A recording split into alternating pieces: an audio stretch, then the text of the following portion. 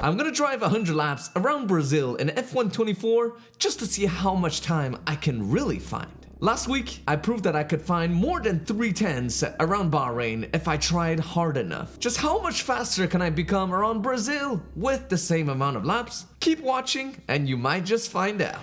First, we do a couple of laps of time trial. To get properly warmed up. But this is only used to get your body more and more used to sending the car. Because the real practice is only going to happen in short qualifying. Because when it comes to race day, you're not going to be doing it in time trial, but in an actual short qualifying session. Brazil is a pretty tricky track. Sector 1 is made up of sharp medium speed corners where the exit will determine your performance down the entire straight. Sector 2 is all about having the correct line. Precision with braking and throttle play will be important to maintain a good minimum speed there. There's quite a bit of time to be found here. Sector 3 is just one single corner, and if you mess up that exit, it will pretty much ruin your entire lap, and in the race, it's gonna leave you completely vulnerable to all the cars behind. The first few laps are just about getting into the groove. Get yourself used to the setup, get used to how the car behaves differently to your inputs. But these first laps were already really good. I was already down to a low 107, but before I knew it, I clocked in a 106.900, which shattered my previous personal best by half a tenth. What a nice round number. But the best is still yet to come. So I got back to work. Over the course of about 30 laps or so, I tried to perfect turn 1 and turn 4. I cannot tell you the amount of times I've spun or invalidated out of turn 1. You need to slow the car down enough to place the car on the far left side of the track so that you can open up the right-hander. It's pretty tricky, especially when you are on the limit. But as I found more and more confidence on throttle, something clicked. After about 30 laps, I managed to clock in 1 minute 06.825. That's close to a full tenth of improvement, and around Brazil, it is huge. But I knew I had to get even faster. There was still a lot of time to be found, and this is particularly true about the middle sector. Remember when I did my sign-up laps for PSGL? The middle sector is where I struggled the most. I knew I needed some outside help, so I asked my engineer for crucial advice.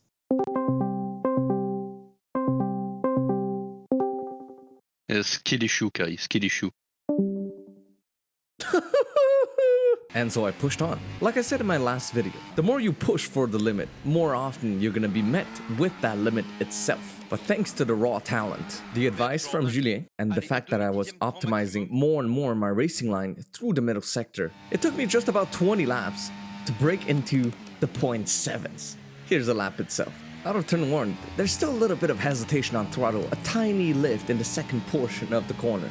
We burned the battery to about 70%, open DRS flaps. As we approach turn 4, brake at a 75 meter board, yeet the car into the corner. Approaching turn 7, we have to cut the inside, but not invalidate. Beautifully done. As we approach turn 8, this is the bane of my existence.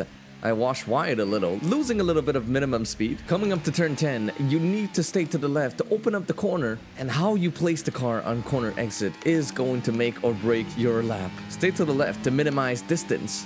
And turn 12, it's all about trail brake and getting back on the power as soon as you can, because you can easily lose a full tenth down the straight if you miss your exit. And going across the line, it is going to be 106.799. I don't care what anyone says, that's still a 0.7 in my books. However, I was still not satisfied. This is where I asked for some guidance from an F3 driver, Marcel Pabst. He drives for Team ET8, and he was kind enough to send me his lap as a reference.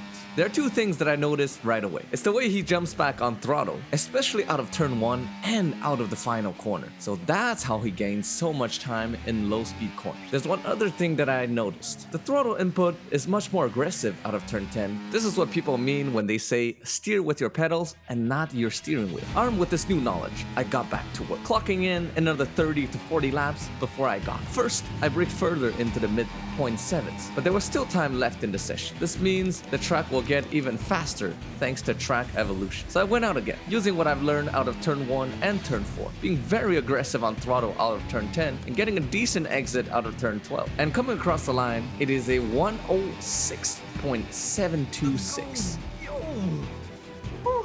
and I can still go faster. Because there were quite a few mistakes in that lap, so theoretically, we can still go faster. That's why I kept pushing. I was determined to break into point 6, and I was getting more and more discouraged. But did you know that 99% of sim racers quit before they break their own record? And I'm not one of them. After another 20 to 30 laps, we were now well over 100 laps. After a couple more laps in the point 7s, this is when everything clicked together. By combining everything we learned about turn 1 and turn 4, I keep a tidy line through turn 7 and turn 8, threading the needle, just barely avoiding invalidation. What really made the difference, however, is turn 10. The confidence on throttle and the speed I was able to carry through that corner changed everything. Only one corner left to go now. This will either make or break the lap, and the exit was exactly what I needed. No hesitation, back on the power, draining the battery all the way to the checker flag, and it is going to be 106.688.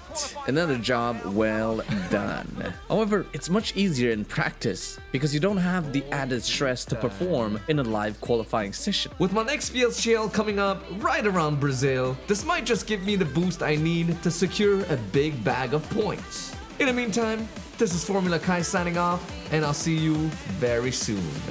Bye bye.